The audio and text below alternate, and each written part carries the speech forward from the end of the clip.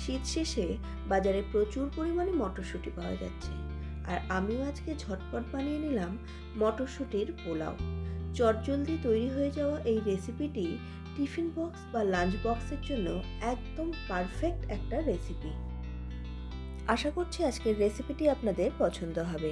রেসিপিটি পছন্দ হলে অবশ্যই একটা লাইক করে দেবেন, আর চ্যানেলে নতুন হলে চ্যানেলটিকে সাবস্ক্রাইব করে পাশের বেল বাটনের অলে ক্লিক করলেই আমার প্রত্যেকটি নতুন রেসিপির নোটিফিকেশন আপনাদের কাছে পৌঁছে যাবে সবার আগে। তো চলুন ঝটপট দেখে নেওয়া যাক আমার আজকের এই রেসিপিটিকে।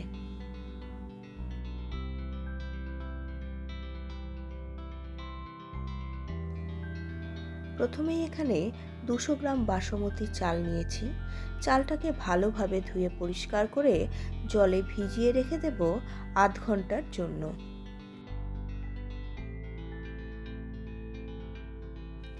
ফোড়নের জন্য এখানে কিছু গোটা গরম মশলা নিয়েছি।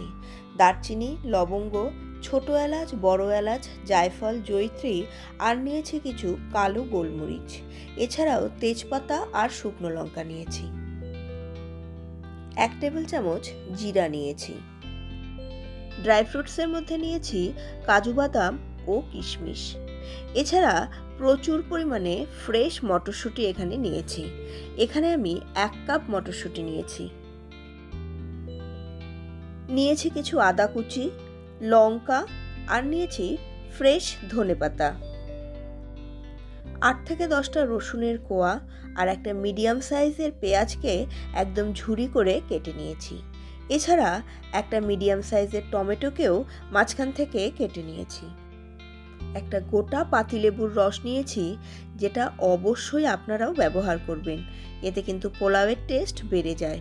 এছাড়া নিয়েছি স্বাদমতো লবণ। 1/2 কাপ চিনি নিয়েছি। চিনির পরিমাণটা আপনারা আপনাদের ইচ্ছে মতো বাড়াতে বা কমাতে পারেন। প্রথমেই কড়াইটা গরম করে এর মধ্যে কিছুটা ঘি গরম করে নেব। একটা পেস্ট বানাবো। টমেটো আর যে রসুনটা নিয়েছিলাম এগুলোকে একদম স্মুথ একটা পেস্ট তৈরি করে নেব। এদিকে ঘিটা গরম হয়ে গেলে এর মধ্যে প্রথমে কাজু বাদামটাকে ভেজে নেব।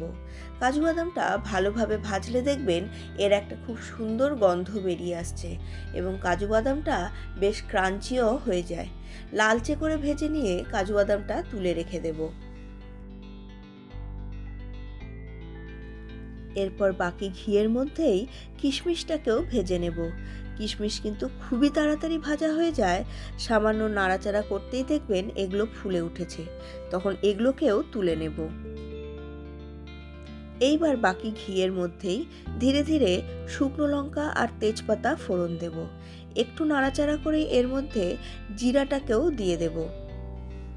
এর মধ্যে এবার সমস্ত গোটা গরম মশলাটা দিয়ে দেব, আর জায়ফল আর জয়িত্রীটাকে সামান্য একটু থেতো করে এর মধ্যে দিয়ে দেব। সামান্য নাড়াচাড়া করে নিয়েই এখানে যে আদা কুচিটা নিয়েছিলাম সেটাকে দিয়ে ভালো করে ভেজে নিতে হবে। দেখবেন এখানেই একটা অসাধারণ গন্ধ বেরিয়ে এসেছে। এইবার এখানে কুচি করে রাখা পেঁয়াজটাকে দিয়ে পেঁয়াজটাও ভেজে নিতে হবে। পেঁয়াজটা কিন্তু অপশনাল, আপনারা স্কিপ করতে পারেন, তবে দিয়ে দেখবেন পোলাওয়ের টেস্ট একদম অন্যরকম হয়। পেঁয়াজটা সামান্য ভাজা হয়ে গেলেই এর মধ্যে টমেটো আর রসুনের পেস্টটাকে দিয়ে আবার ভালোভাবে কষিয়ে নিতে হবে। ভালোভাবে কষানো হয়ে গেলেই দেখবেন একটা খুব সুন্দর গন্ধ বেরিয়ে এসেছে এবং তেলও কিন্তু ছেড়ে দিয়েছে। এই সময় এখানে সমস্ত মটরশুঁটিটাকে দিয়ে 2 থেকে 2.5 মিনিটের মতো মটরশুঁটিটাকে ভেজে নিতে হবে। অবশ্যই এখন গ্যাসের ফ্লেমটা একটু কমিয়ে দেবেন, নাহলে মটরশুঁটি আবার অনেক সময় ফেটে যায়। মটরশুঁটিটা ভালোভাবে ভেজে নিয়ে এবার ধুয়ে জল ঝরিয়ে রাখা চালটাকে এখানে দিয়ে দেব।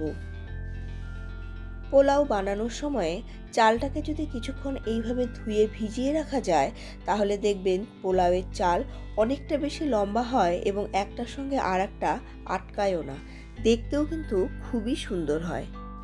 পোলাওয়ের চালটা দিয়ে 3 থেকে 4 মিনিট এটাকে ভালোভাবে ভেজে নিতে হবে। এরপর এর মধ্যে আমি 2 কাপ গরম জল দিয়ে দেব। এখানে বলে রাখি, জলের মাপটা কিন্তু ভীষণ সিম্পল। আপনি যতখানি চাল নিয়েছেন তার 1.5 গুণ জল দিতে হবে। যেহেতু চালটা কিছুক্ষণ ভেজানো আছে, তাই চালের মাপের ডবল জল দিলে পোলাওটা কিন্তু একদম নরম হয়ে যাবে। জল দিয়ে ভালোভাবে নাড়াচাড়া করে এবার এর মধ্যে ভেজে রাখা সমস্ত ড্রাই ফ্রুটস আর পাতিলেবুর রসটাকে দিয়ে নাড়াচাড়া করে ঢেকে রেখে দেব 15 থেকে 20 মিনিটের জন্য। গ্যাসের ফ্লেমটা একদম কমে রাখবেন, তাহলে দেখবেন কড়াইয়ের গায়ে চাল কিন্তু আর আটকে যাচ্ছে না। আর এখানে আপনারা দেখতেই পাচ্ছেন। 10 মিনিট পরে একবার ঢাকনাটা তুলে ভালোভাবে নেড়ে নিয়ে এখানে চিনিটাকে দিয়ে দেব, আর চিনির সঙ্গে সঙ্গেই কাঁচা লঙ্কাটাকেও দিয়ে দেব। আবার ভালোভাবে গোটাটাকে মিশিয়ে নিয়ে ঢেকে রেখে দেব। জলের মাপটা ঠিক থাকার জন্য পোলাও কিন্তু একদম ঝরঝরে হবে। এখানে একটু যদি জল বেশি হয়ে যায় তাহলে দেখবেন পোলাওটা চিটচিটে হয়ে যাবে বা অনেকটা গলে গলে যাবে। আবার জল কম হয়ে গেলেও কিন্তু চালটা ঠিকমতো সেদ্ধ হবে না। 20 মিনিট পরে ঢাকনাটা সরিয়ে এর ওপর দিয়ে ফ্রেশ ধনেপাতা কুচিটা দিয়ে দেব এবং আবার ভালোভাবে নাড়াচাড়া করে আরও 10 মিনিটের জন্য ঢেকে রেখে দেব। তবে এই সময় অবশ্যই গ্যাসের ফ্লেমটাকে বন্ধ করে দেব।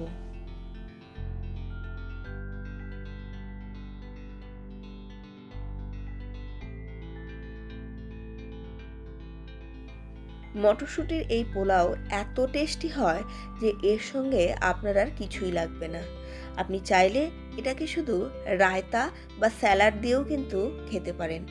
এবার সবশেষে এটাকে গার্নিশিং করব ওপরে কিছু পেঁয়াজ পাতা কুচি দিয়ে, আর দেব আরও কিছু ধনেপাতা কুচি। আশা করছি আমার আজকের রেসিপি আপনাদের পছন্দ হয়েছে। একবার হলেও আমার পদ্ধতিতে মটরশুঁটির পোলাও বানিয়ে দেখুন, আপনাদের সত্যিই ভালো লাগবে। আমার আজকের রেসিপিটি আপনাদের পছন্দ হলে অবশ্যই একটা লাইক করে দেবেন, আর চ্যানেলে নতুন হলে চ্যানেলটিকে সাবস্ক্রাইব করতে ভুলবেন না। চ্যানেলটিকে সাবস্ক্রাইব করলে পাশে থাকা বেল বাটনের অলে ক্লিক করে দেবেন, তাহলে আমার প্রত্যেকটি নতুন রেসিপির নোটিফিকেশন আপনাদের কাছে পৌঁছে যাবে সবার আগে। আর অবশ্যই আপনাদের মতামত আমাকে কমেন্ট বক্সে এসে জানাবেন। আপনাদের সঙ্গে দেখা হচ্ছে পরবর্তী আরও একটি নতুন ধরনের রান্নার ভিডিও নিয়ে। ততক্ষণের জন্য সুস্থ থাকুন, ভালো থাকুন এবং অবশ্যই রেসিপিটিকে একবার হলেও বাড়িতে ট্রাই করে দেখুন।